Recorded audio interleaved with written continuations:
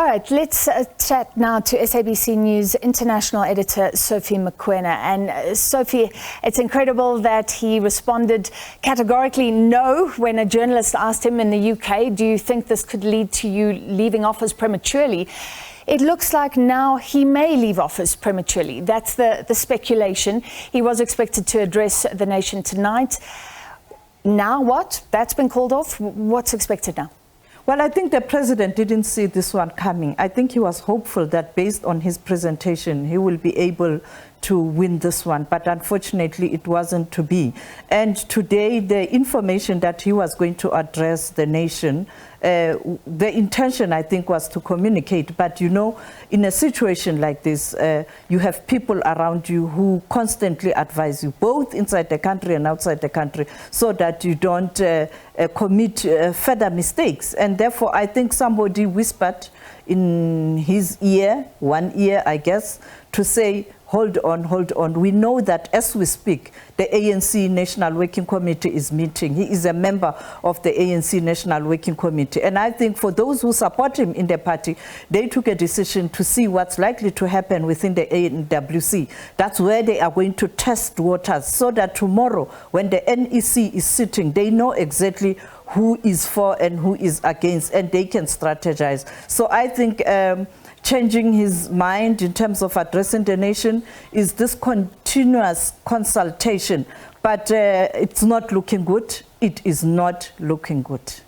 Well, the fact that he's cancelling international engagements, even a visit to South Africa, does that mean that the president may be considering resigning, or certainly understands that this is a moment to focus on South Africans, to focus on the party, to fight for his own survival?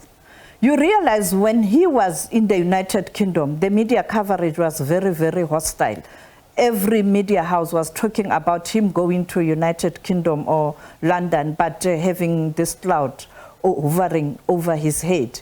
And therefore, if he was going to continue with international engagements, for example, to host the Prime Minister of Lesotho, we were going to be there as the media, and we were going to ask him the question based on what transpired yesterday. The same with Venezuela. And also, we know that he was actually also supposed to go to Namibia to join the SADC Troika organ on politics and defense, because you know that that committee is constituted of the sitting chair, which is Namibia, Hagengop, and the outgoing chair, which is South Africa, Cyril Ramaphosa, and the incoming chair, that is Zambia, Hakainde Hichilema.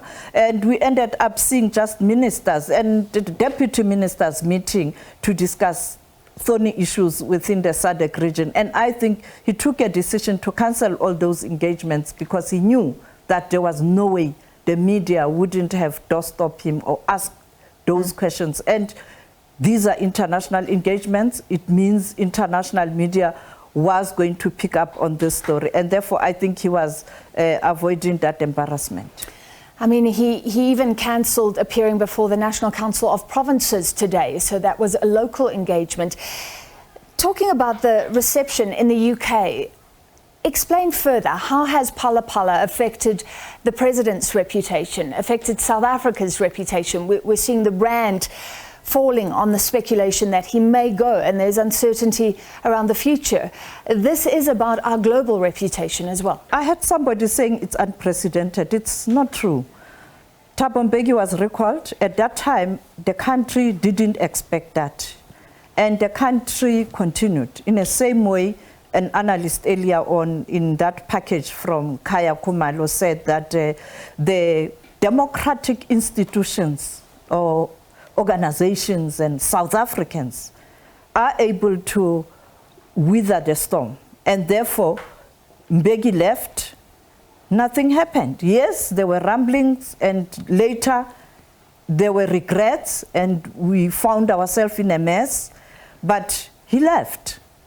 And then two, Zuma was recalled, he left, there were rumblings, particularly his supporters.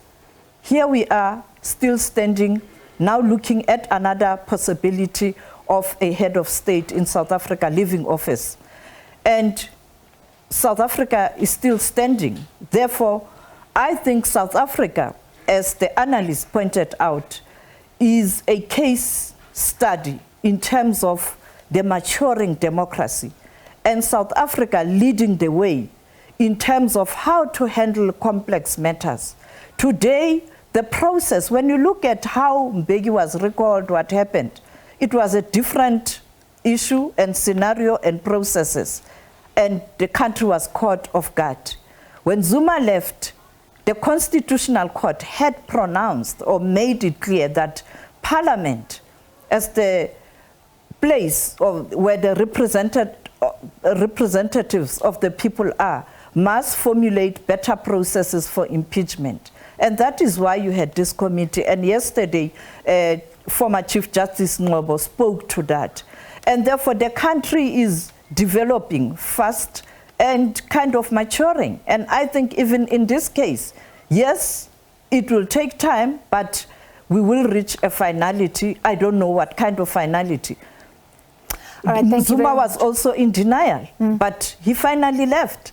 We don't know with this one. It comes even at a very complex time during the coming ANC elective conference. So the ANC still have a chance to undo the damage or to rejuggle its cards. All right, our international editor, Sophie Mokoena. And Sophie, this will be the third president, like you say, that you are watching depart. So let's look at that, Bungiwe.